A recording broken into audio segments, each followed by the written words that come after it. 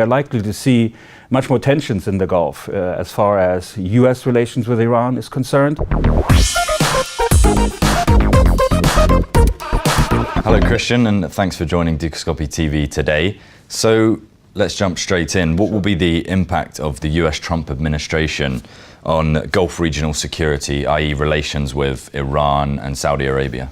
Well, I think we're definitely going to see a difference here from the past Obama administration. Obama has tried to open doors to Iran, as we see with the nuclear agreement, something which President Trump has criticized quite vociferously. And many of the staff that Trump has brought on board, the National Security Advisor, the Defense Secretary, have much more of an anti-Iran position. So we are likely to see much more tensions in the Gulf as far as US relations with Iran is concerned. This somehow plays into the hand of the Arab Gulf states, particularly Saudi Arabia, who have always voiced a lot of concern about Iranian interference in other affairs in the region.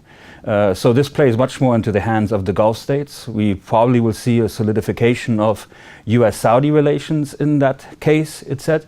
But again, it raises tensions in the Gulf, and we're not sure yet how far the Trump administration will take this. So what is the outlook for the stability of the Gulf Cooperation Council states? Well, I think overall the Gulf Cooperation Council states are going through a tremendous amount of transition.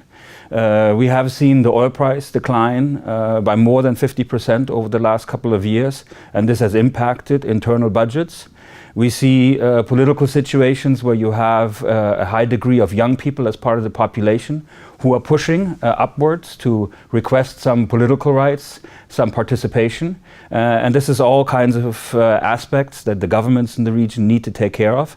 At the same time, of course, we have turmoil throughout the region. And if you take the GCC states and draw a circle around them, you see turmoil from the north, from Syria to Iraq, Iran, over to Yemen and then in the south, and then over to Egypt on the west. So all these things are issues of concern, and therefore we're likely to see quite a volatile security arrangement in the Gulf in the next year. Okay, and finally, what are the prospects of the Saudi Arabia reform with a view towards Vision 2030? Well, in Saudi Arabia is an interesting case at the moment. King Salman came in at the beginning of 2015 to become the new king after the death of King Abdullah.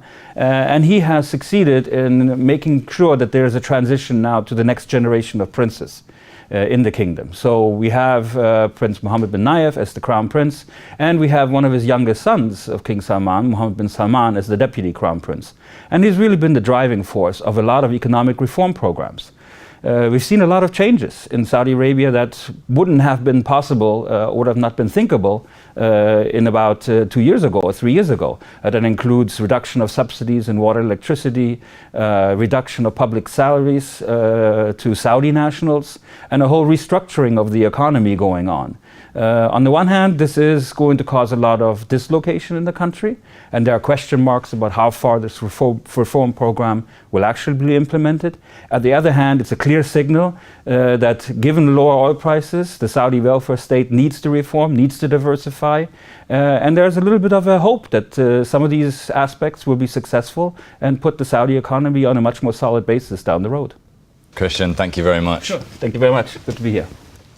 And thank you for watching. And if you like this video and would like to see more, be sure to stay with us here at Dukascopy TV.